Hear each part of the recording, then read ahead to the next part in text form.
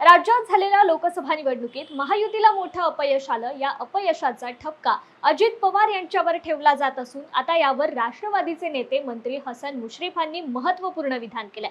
लोकसभा निवडणुकीत कशा पद्धतीने मतदान झालं, महायुतीला मोठ्या पराभवाला सामोरं का जावं लागलं हे सर्वांना माहिती आहे। त्यामुळे एकमेकांवर फेकाफेकी करू नये, नाहीतर विनाकारण महायुतीत बेबनाव होईल असं स्पष्ट मत हसन मुश्रीफांनी कोल्हापुरात माध्यमांशी बोलताना व्यक्त केलंय।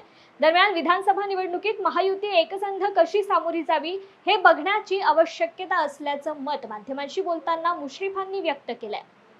ही बैठक जी झाली ती मी प्रसार माध्यमांमध्ये बघितली।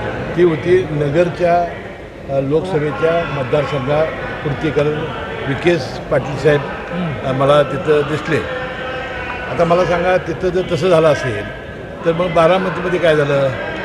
बारामतीसुद्धा भारतीय जनता पक्षाचे अनेक नेते मंडळी होते, वास्तविक इंदापूर दौंड इथं सुद्धा होते ना। आता अशी एकापिकी आणि कुणी केलं आणि कुणी नाही केलं अशा वास्तविक बातम्या आल्या तर महायुतीमध्ये विनाकारण बेबनाव होईल। सगळ्यांचं हे अपयश आहे। एक प्रकारचं कशा पद्धतीनं मतदान झालेलं आहे सगळ्यांनी माहिती घेतलेली आहे आणि सगळ्यांना कळालेलं आहे काय झालेलं आहे। तर आता न करता विधानसभेमध्ये सगळ्या माहिती एकसंघपणानं कसं सामोरं जाईल ही बघण्याची आता आवश्यकता आहे।